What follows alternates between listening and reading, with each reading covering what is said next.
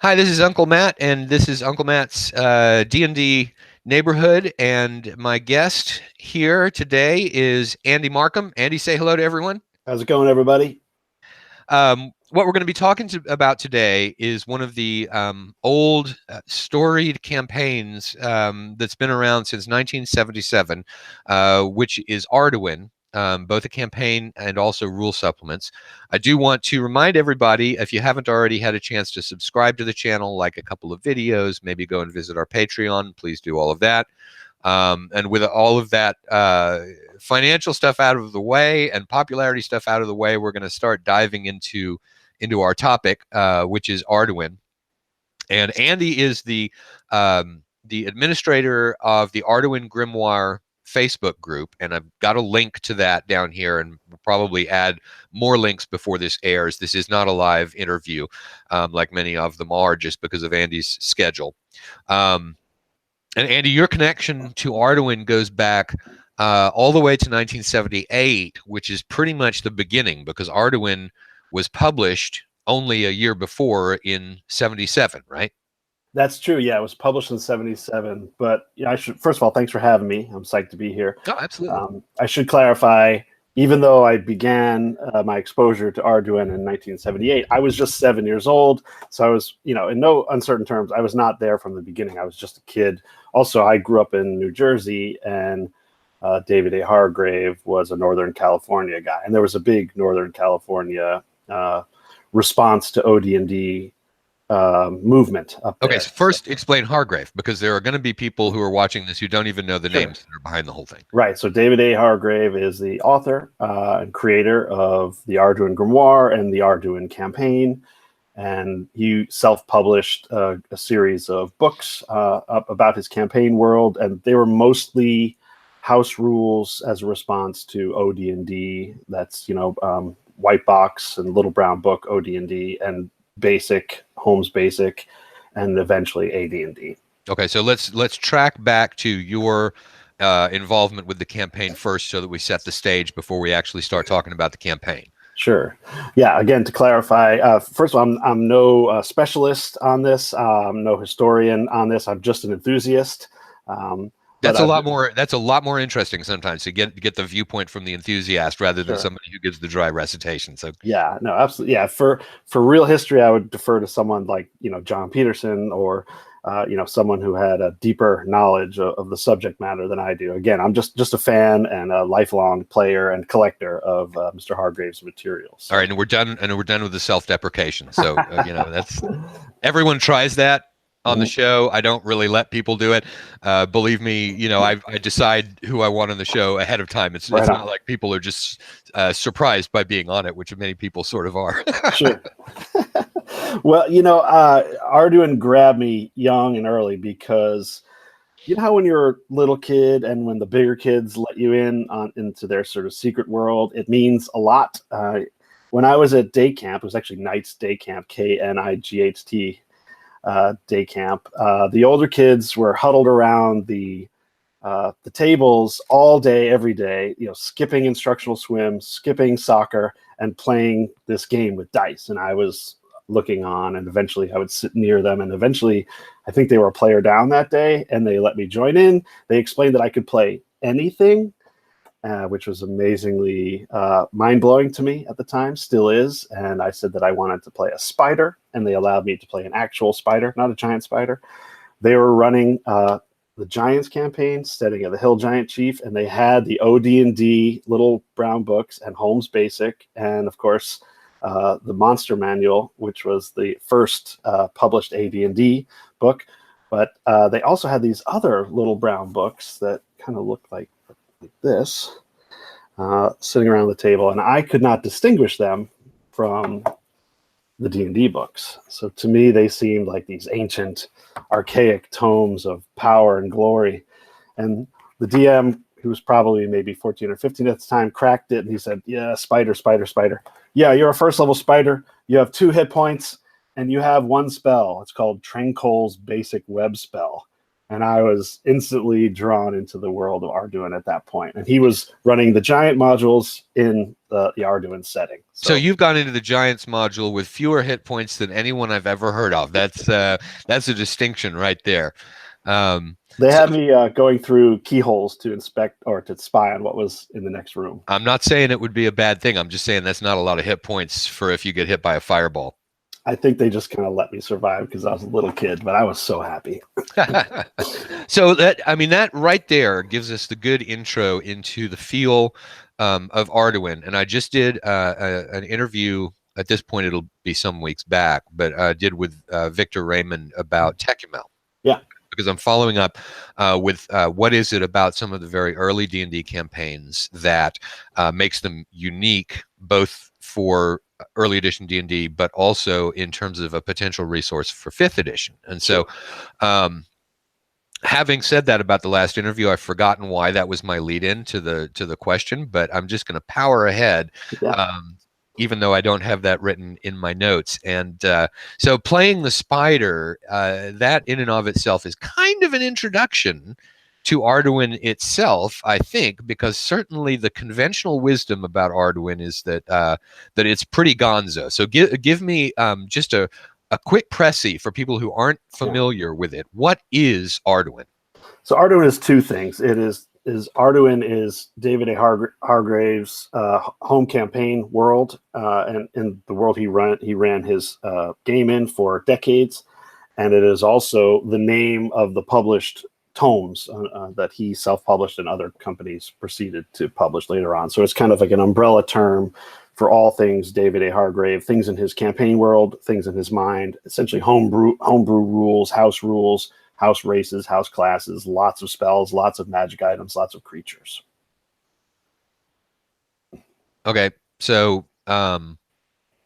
that is also a lot like Techumel in that, back in that day and age of gaming, people tended to mesh together rules and campaign worlds. And I guess that's done to a degree now. We tend to separate them into separate books. Sure. But so Arduin is both a rule system and also a world. Let's focus for a moment on the world. Tell me a little bit about the world. So there's actually not a lot published by Mr. Hargrave about the world. It is strewn throughout his many publications, but there have been other companies since his death that have published details about his world, extrapolated more about his world. It's known as the world of Khaas. That's Khaas. The legendary lands of Arduin is the main publication that outlines that, and it's actually fairly vanilla. It's actually fairly Tolkien based, which is actually a surprise to most because Arduin's known as a gonzo system or whatever. It very much is, yeah. Yeah, but there are elves and dwarves and hobbits. He actually continues to call them hobbits as long as he could get away with it, much like Gygax in the old guard of OD&D fame. Mm-hmm. And but of course, there are many portals to other worlds and other dimensions and other universes. He called his universe the multiverse. In fact, he had an in-game and an out-of-game company called the Multiversal Trading Company. He actually started a store sort of akin to the Dungeon Hobby Shop. I think it was in Concord, California, or one of the suburbs around San Francisco. And it was called the Multiversal Trading Company, which is kind of like a sigil, Planescape destination where, creatures and entities and adventurers from other worlds could congregate and trade.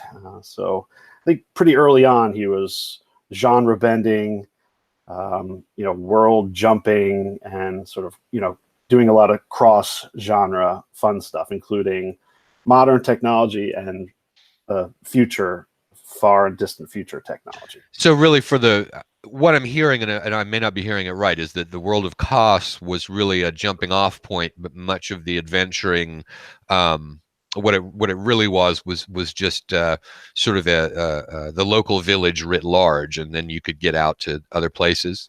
Sure, yeah, it was a very actually Tolkien-esque setting, and kind of much like the early Gygaxian and Arsonian Armsonian campaigns, it would function as a bridge to other worlds. I know Castle Greyhawk was sort of famously a bridge to Mars, a bridge to Alice in Wonderland, etc.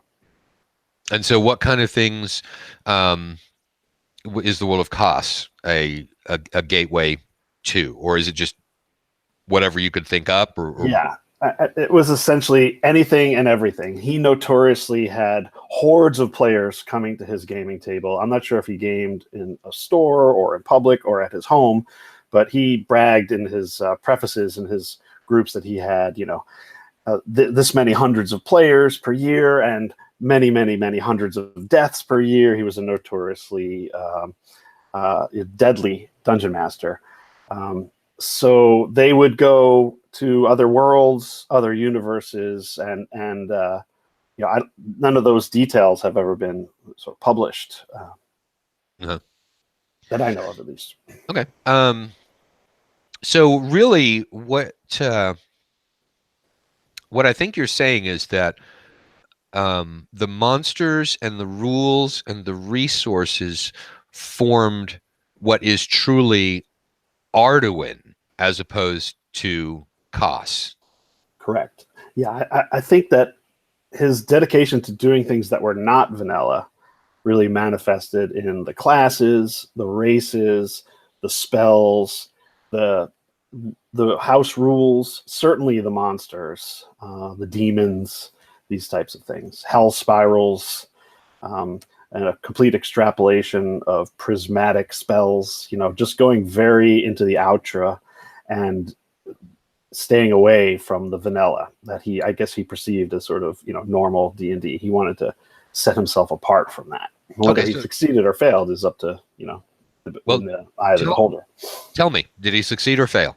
I think he did both. I think he's an amazing intellect, certainly a creative tour de force. But, he had so many, I guess, publishing shortcomings that he's sort of infamous for typos and scattered presentation, no cohesive indices or table of contents.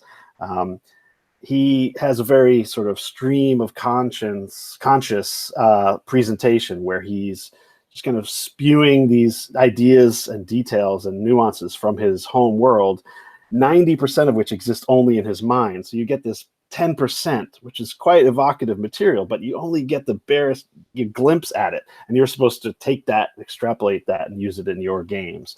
And I guess we keep calling it a system. That's a source of some conflict there, because it's not really a system. It's really just a series of house rules that cannot exist without OD&D, then Holmes D&D, and then eventually AD&D. And there was some controversy there. And eventually he published his own systems, and they kind of fell flat. Right. They fell flat, you figure, because it's hard to fill in the gap that would ordinarily be held by D&D, or just the system didn't really work well? I mean, what was...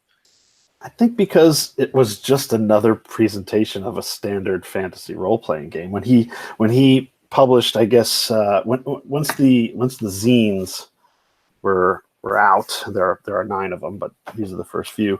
He published essentially a boxed set. Here's the book from it, The Arduin Adventure.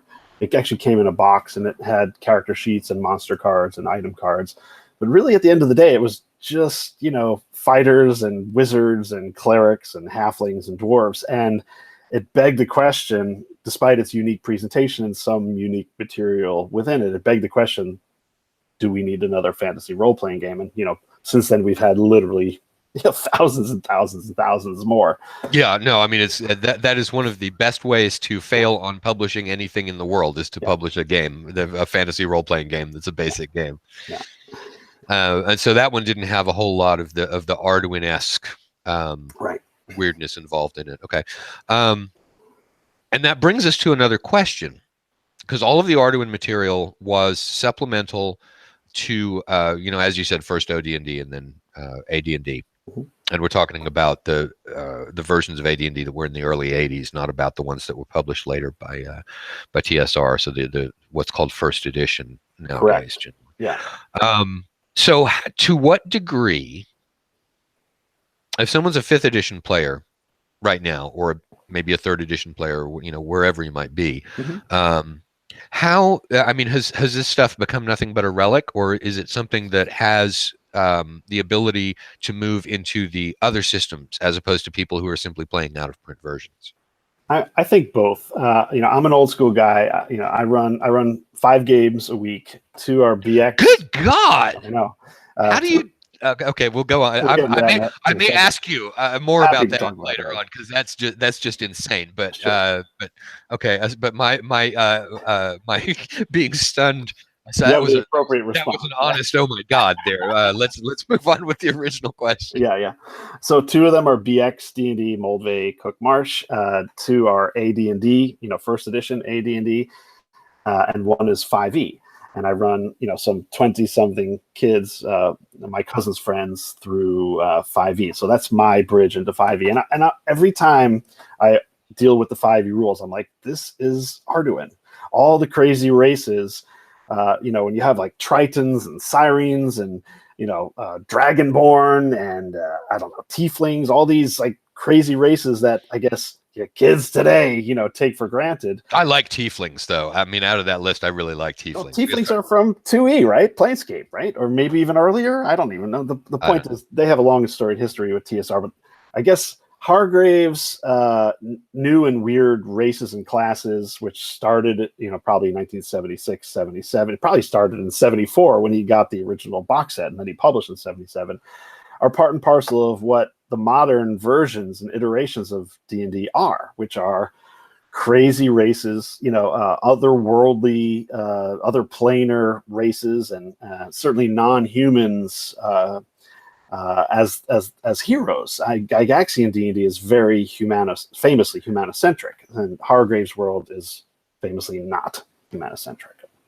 So, so in a lot of ways, then a 5th edition player is going to have to work fairly hard not to have a game that is relatively Arduinesque, because if they're pulling in all of the stuff that's in the basic player's handbook for 5th edition, which is where you get tieflings and the I dislike Dragonborn and the various other sources that come in, that they're already working on a baseline that is no longer the sort of 14th, 15th century Europe that Gary worked from. Yeah. That they're actually in something that is directed more toward Arduin, the Arduin method, than.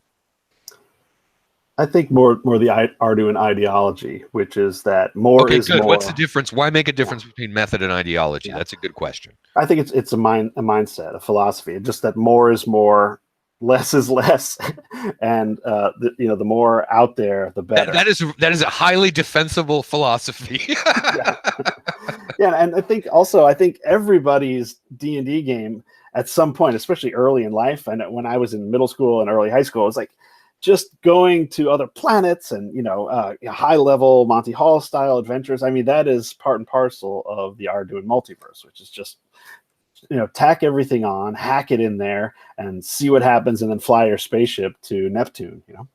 So now, how familiar are you with the other stuff that Wizards of the Coast has been putting out for 5th edition, other than the core books? I mean, have you looked at, they've done a book that's Volo's stuff, and then Xanathar's Guide to Everything. They're sort of carefully introducing splat books as they go along. How familiar are you with the splat books? I'm marginally familiar. I own the PDFs, and I've browsed through them. This is not my realm of expertise. Okay, because it has sort of been my sense, and one of the things that Wizards has been doing is going back and reproducing old adventures. Yeah. Strahd, I know. Yeah. Strahd comes from 2nd edition, and first edition Ravenloft, 86. Well, I didn't realize it was the 1st edition of Ravenloft. Okay, so no, just the modules pre-setting. Okay. All right, because I ran into that during for the first time during the 2nd edition era, but I guess it had been out before. That's when the setting was published, yeah. Okay, and then they've redone the Giants. I think they've done some of this through Goodman Games, not directly, but I guess the Giants was Storm King's Thunder, where they revisited the Giant series. Yeah. Right. And then they've done obviously Tomb of Annihilation is a combination of the Forbidden City plus Tomb of Horrors. It looks like they've thrown in a couple of things, but again, the resource that they're pulling from is from older material, and they're pulling from a lot from Long White Beard, wrote the Forgotten Realms, Ed Greenwood. Ed Greenwood, yeah. It's the default campaign setting of 5e, and that is not, to me, although it's not Tolkien-esque, it has always struck me as still a relatively Gary Gygax type of world, except vanilla. Safe vanilla, right? Good right. vanilla. It's well, what it is it's like French vanilla instead of regular vanilla, because what he has done is he's thrown in a lot of the stuff from official D&D. Like it was the first time I ever saw a beholder in a campaign world. And I was like, yes, that's, you know, and so it's certainly but the core of it is still relatively vanilla, and you do have to give him when you're looking back. A lot of things look like vanilla. It was like when my daughter read Shakespeare, she came back and said it's full of cliches, like a rose by any other name would smell as sweet. And the cliches had to start somewhere, right? Right. And so I do think that Ed Greenwood suffers a little bit from having created things that became so popular that then they're less interesting when you look back at his original stuff. But sure. But anyway, I think that's still a relatively vanilla campaign. So I mean, it strikes me that while Wizards is getting a little bit more, I mean, call it gonzo. That's a somewhat freighted word, but we'll go ahead and use it. That maybe their source books are a little bit more gonzo, but the setting material and the adventures that they publish are not taking advantage of the weirdness that they've built into the core books. I mean, sure. Is that your feeling? Yeah, I think so. That said, if I'm looking for it right now, the cover of the Arduin Dungeon #3 features a full gatefold spread of air sharks. So you can tell that he sort of goes straight to the hoop. Well, that's what I'm saying. Is that you don't see in any of the current 5th edition stuff, the resources for it do not have things like flying squids, you know, with archers on their backs, you know, and explosions going on and things like that. They're tending, I think, to be kind of cautious with the setting material, which means that there's a real opening for the concept of Arduin, in that you can simply say, okay, you know what, we're going to go balls out on the source book material, and there's this whole approach and world that's out there that you can get to very easily from 5th edition, because there's already rules for this stuff, and they're not being used very, very much in terms of going really far on the setting and the adventures. Yeah, I agree. I think they're trying to keep their published source material humanocentric, or, you know, kind of Tolkien world, elves, dwarves, hobbits, you know, as the common mainframe races for the background world, Forgotten Realms.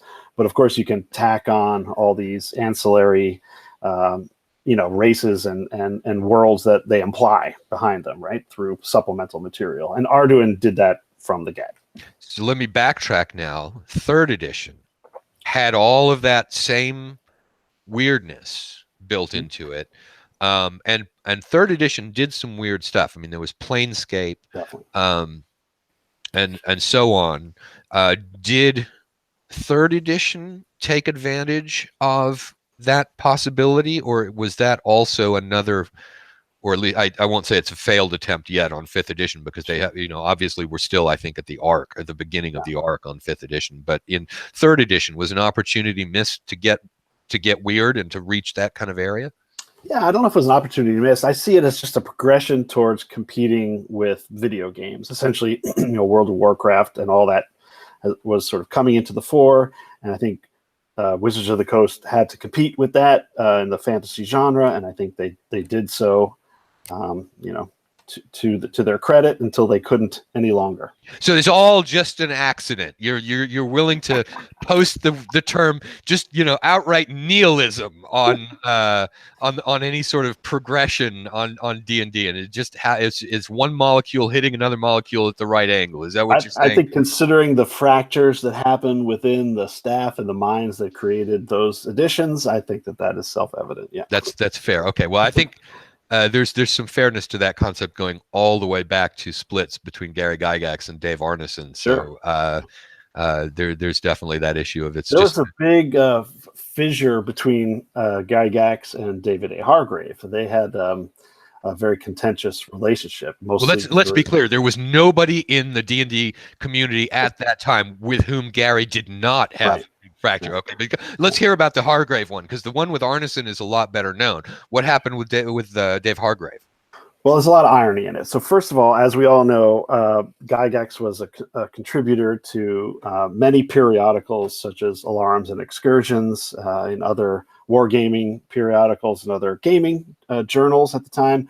And the spirit with which the original edition of Dungeons and Dragons was published was, here's a thing, make it your own. Yes. And many people did. And then, as is understandable with somebody who wants to hold on to their intellectual property and become a giant corporation and earn some money behind it, they kind of reversed that policy and began codifying rules either for tournaments or to exclude certain co-authors from certain royalty splits. Yep, there was that. Right. And then there was a reversal, at least a social reversal in periodicals such as Alarms and Excursions, where Gygax said, like, hold your horses, don't steal my intellectual property. And it manifested much in the same way we see on internet forums and social media today, of sort of a lot of finger pointing and name calling and poking fun at one another. Sort of famously, the vacuous grimoire of first edition fame is a poke at the Arduin grimoire. And I think there was sort of a lot of back and forth. I think the percentage, there was a misprint percentage. It was supposed to be percentage in layer, but it was percentage. Oh yeah, percentage liar. Yeah. So Hargrave in the Arduin grimoire featured percentage liar for all of his creatures, implying what taking the piss out of Gygax and the old guard, saying like, well, you said it, I'll run with it. Here's the percentage this creature has of lying to your character's game master, which I think is sort of funny, practical, and kind of meta all at the same time. Every time I go to a convention with Tim Kask, although once a year with Tim Kask, I try and ask him one question or say one thing that is controversial enough to get him to ratchet up into full-scale curmudgeon. Yes, he will admit that he does that. And so I like to come up with something, and even though he would not have been the editor of the Percent Liar, because I think that comes in the first book, and he came in at Blackmore. I'm going to ask him about Percent Liar and see what he does. Yeah, because I mean, the old guard is full of piss and vinegar about David A. Hargrave, because I think that they were, and rightfully so, I think that they perceived that he was kind of trying to crowbar himself into D&D. These were essentially books that looked like D&D books that didn't have the D&D trademark on it. I'd be pissed. I mean, to be fair, I would be pissed. Of course. Of course. And then famously, Errol Otis was the first artist on Arduin Grimoire, and I believe this was Otis's first print notice here. This is the first time he was ever in print. And then, of course, famously, TSR hired him and Paul Reich III, who was Otis's writing partner at the time. So there was a lot of, professional competitiveness going on there. Yeah. So that's a great window into some of the politics that were going on with Arduin behind the scenes. But let's get back to the question still of what is Arduin. It's the philosophy of more is more. It's the philosophy that has accidentally been followed by Wizards of the Coast in terms of the competitive environment and what they had to provide to to players. And so we've talked about how there's the accidental inclusion of the ability to play in an Arduin style that's already built into the source books. Give some now. One of the things about 5th edition, and this has been true in most of the later editions and is less true about 5th edition, was that one of the things you had to buy was stats because the game systems were very complicated. And 5th edition has really, really backed down on that, which I think is a wonderful thing. Kudos to Mike Merles on the system. But that part of it is still true if you compare it to something like OD&D. There's simply more crunch involved in running the system. So we've got all these creative monsters in Arduin. They're not going to be playable in 5th edition without a ton of work, because if they were written for OD&D, we were talking about a 6-line presentation plus a description. What's anything being done? How useful are they bringing in? Tell me about how the rules resources now can be used with 5th edition, if at all. Yeah, well, it's funny. I just looked at the time. I can't believe we're a half hour into a conversation about Arduin, and I haven't mentioned Frantz or Saurian or Deodance, but we'll get to that in a second. The answer to your question is, I think there'd be the Arduin creatures would be easily converted or even just adapted instantly into, because a lot of the Hargrave creatures are so over the top. I guess the highest hit die monster in OD&D is probably around 14 or 15. Yeah. Like Hargrave has got like 20 and 30 hit die creatures. He's got like, star demons that, suck in entire universes. So he's almost like this gonzo metal kid who's just making the ultimate, furthest outreach of the game. So every creature has a little bit of like, forget +1, he's +17, or, his damage is, 3D 100 or something like that. And when I look at 5e, I see like first level 5e characters seem like X-Men to me. They seem like mutant superheroes who could do anything, compared to, say, a BX first edition magic user has, 4 hit points max and 1 spell. Clerics don't even get spells until 2nd level.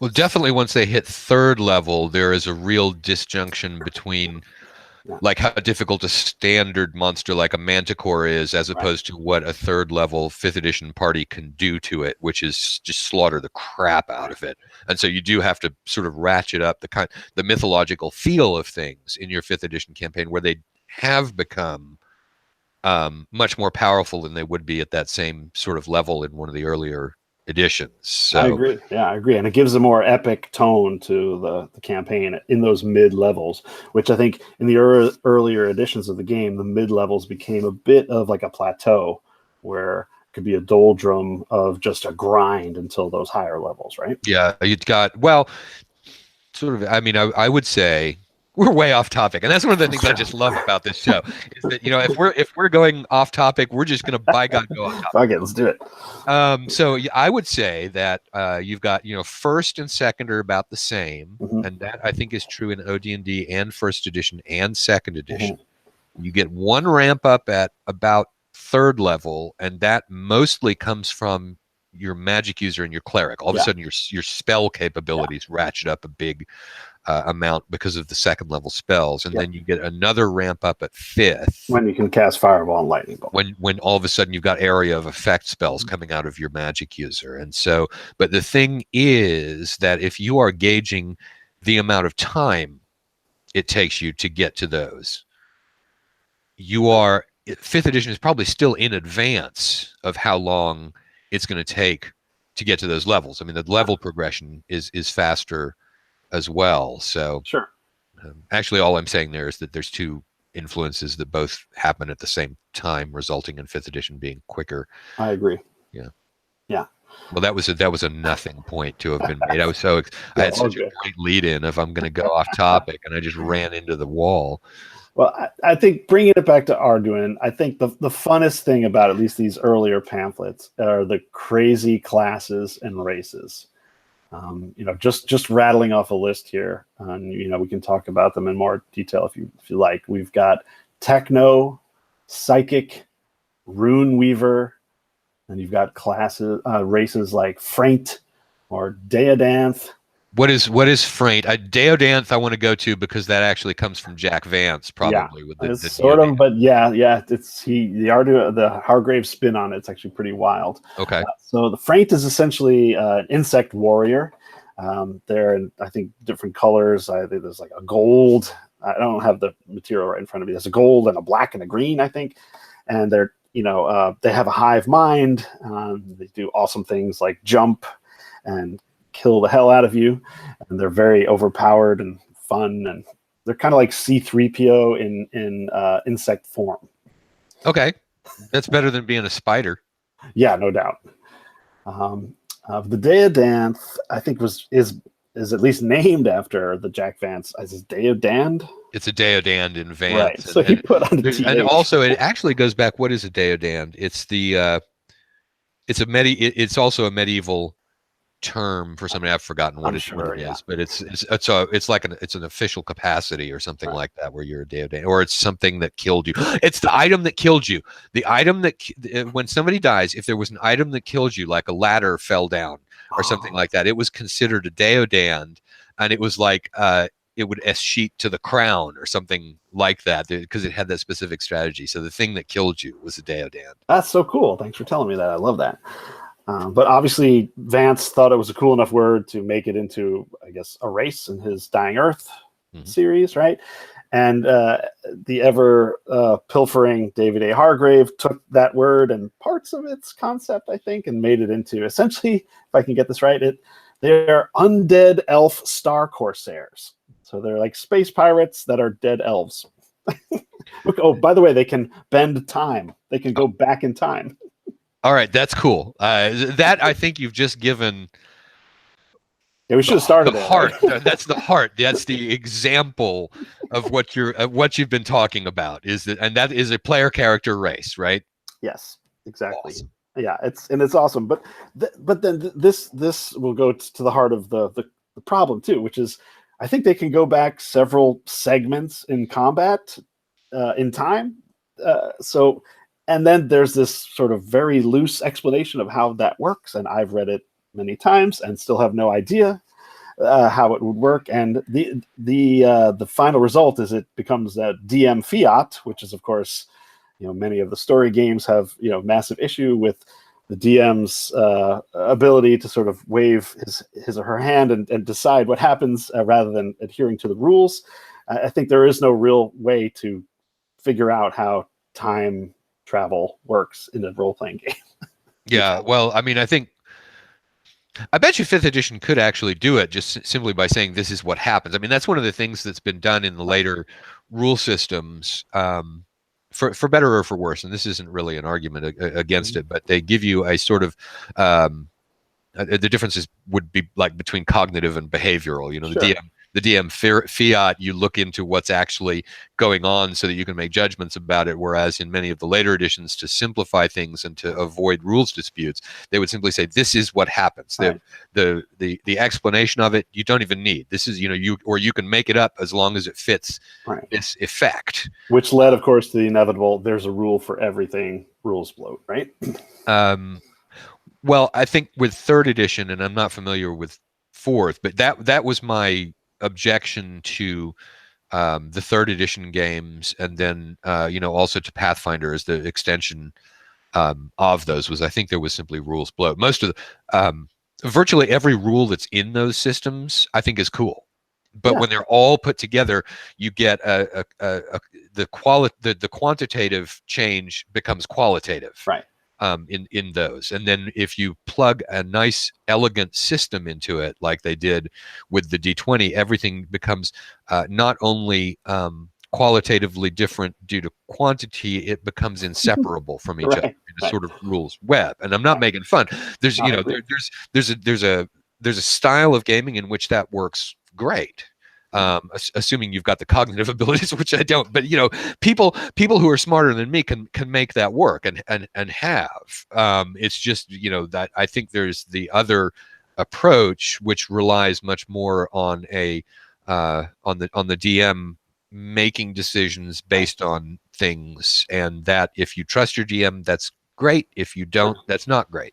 So I think this is why you and I are attracted to older edition games, and thank you for, all that you've brought to the OSR from the earliest days of it. But I Okay. think rules bloat. I think it begged the question to me when I was cracking those third edition books, like, how can I retain all this data? Just like you said, it's not so much. Yeah, I'm not this smart. Yeah, or I can't just memorize, or I can't access the data quickly enough at the table. And we come from an era of the game where we played fast and loose, and we almost never cracked rule books, and we just wanted to get to the fun part, right? So they're almost those two play styles could be in opposition to one another. I think they often. I think they often are, but the way in which they're in opposition is not. It's that if you may have some players at a table who enjoy one, and some players at a table that enjoy another, and it's their forms of enjoyment that are actually in conflict with each other. Whereas you really want one group that's got a similar approach to things. Absolutely. Which we can tie back again to get us back on track in this wildly meandering interview. But there, you could have the same thing. You could have players who really want to play in either a Tolkien-esque environment, which I would also sort of wrap into Gary's 15th, 14th century medievalist Renaissance sort of campaign that you see in Greyhawk, as opposed to something like Arduin, and also really Arneson's Blackmoor campaign is one that would sort of fit in the more Arduin camp. Of the approach. I mean, what's you agree, disagree, or am I on another? 100% agree. Obviously Arneson's Blackmoor involved items of technology, laser blasters, Dune-like shield belts, these types of things, and that's part and parcel of Hargrave's Arduin world, and all of his magic items sort of blur the line between Gandalf wizard magic and far future nuclear weaponry, which is a unique blend. And so it does make me wonder, like, I wonder if the old guard's anger towards Hargrave had something to do with the fact that both Arneson and Hargrave were sort of doing these genre bending worlds. Yeah, it could have been. I mean, I'll drop that goes into a lot of guessing, of course, about what Gary thought. And that'd be for Tim I Cask. actually, I actually never met Gary, although I know Tim Cask quite well. And we'll mention again, Tim Cask, the guy that we're talking about, came in as the editor of original D&D very, very early on. He has a channel, a YouTube channel called Curmudgeon in the Cellar, which is awesome. And if you look over at my featured channels, you'll see that, and that's something to go and very, very enjoyable and wide ranging. He actually did an anti-Arduin rant recently, which was cool. And I bet he is not going to do his anti-Dave Arneson rant again now that Dave is dead, and the energy that was put behind the anti Arneson rant was quite something. Tim is somebody that you will really enjoy if you like seeing things said as they are. As they are, yeah. He calls it like he sees it, for sure. Hargrave died really young. I think he was 42. He died in 1988. So he died before second edition was ever published. Yeah. Okay, so let's go. I want to do a two-pronged thing here. One being aimed at the old schoolers who do play earlier editions or retro clones and may be interested in Arduin, and one for 5th edition players that might be interested in Arduin. And those, it sounds to me like those are going to be different books out of the general availability, that there's going to be two different pathways into Arduin. Let's start out with the old school guys. So let's, so I play Swords and Wizardry, which is original D&D. What do I do if I'm interested in getting into Arduin? Well, as far as using the source material, you don't need to do anything. You just start using it. It's written for OD&D. No, but what are the books? What's my best first book to get a hold of? Where do I get a hold of it? Actually, this is part of the problem. The Arduin, I guess, trademark or intellectual property rights has been passed through, as far as I understand, 3 different companies. And the current company that owns the Arduin IP, which is known as Emperor's Choice or EmpCho, is down to, I think, one person. and they're for all practical purposes, unfortunately, currently sort of defunct. They just they're non-responsive to any outreach for quite some time, and the only place you can get the books, as far as I know, is on the secondhand market, and they're quite expensive, especially the earlier versions of the books. Okay. All right. So that's a disappointing answer for people that's the only way.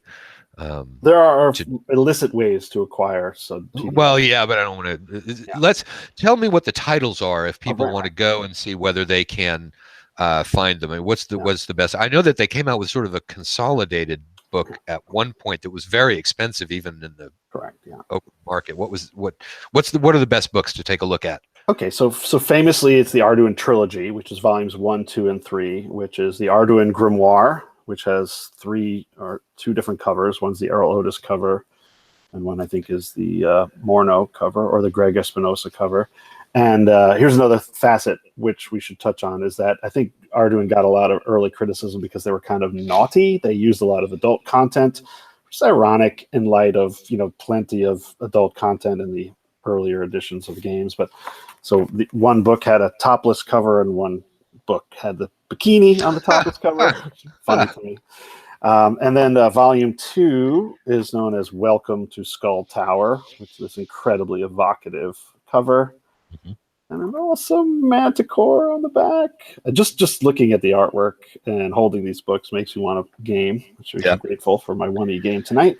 Volume 3 is the Runes of Doom.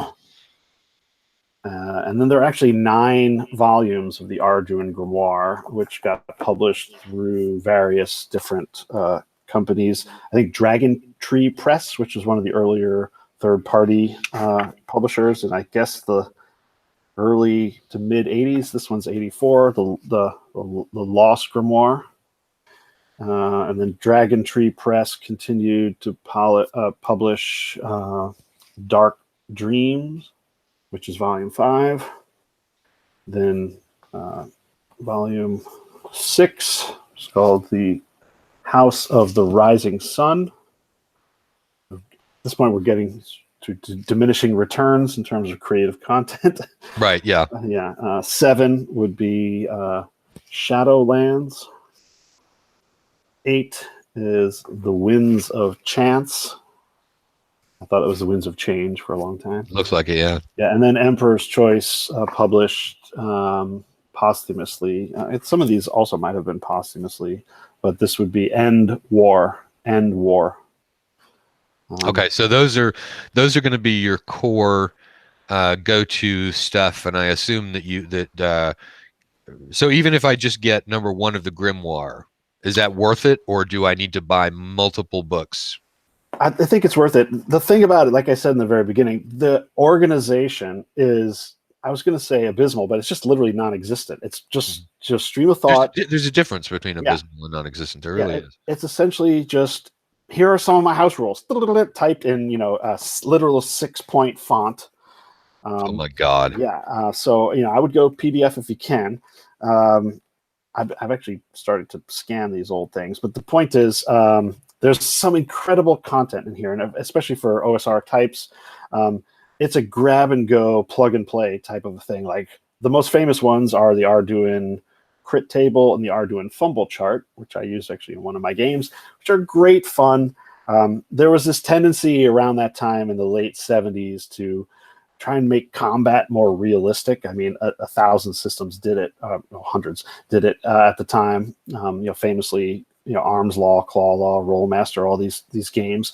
Let's make combat more grisly, more realistic, and therefore more complicated to play out at the table. He's got a lot of that stuff in here, but there's a lot of fun new spells, a lot of fun new magic items, a lot of fun new creatures, and he's got spells for druids, clerics, magic users. So he's got all the bases covered. The art is great. What I think is best from an OSR vantage point is that Hargrave's mind works different than mine. So when I get a glimpse into his mind and his thinking and his game mastering style, since it's different than mine, it inspires me. And if I just bring a little bit of that spice to the table, after just a glimpse at the book, that session is a little more wild and woolly than it would have been had I not, cracked this when I was on the toilet before the session. Right. So it's great for sort of pepper and spice. Because if what you do is you drink a beer ahead of time, it'll have the same effect, except that you're really not going to be as precise about where you go to. So, absolutely. There's nothing precise about this. It is psychedelic by itself. Like its presentation is psychedelic and over the top. Even so it's like brain LSD. Absolutely, yeah. All right. He was a really interesting guy. There's a lot more stuff going into the future of the game, but I think we should either leave it for another time. Or when you talk about the future of the game, so let me ask: is there any sort of movement like there was with Tecumel to create any sort of institutional ownership of the IP? Because with Tecumel, they created a foundation. They got the intellectual property for free, which is probably the big thing going on there. But remarkable, yeah. The answer is not that I know of.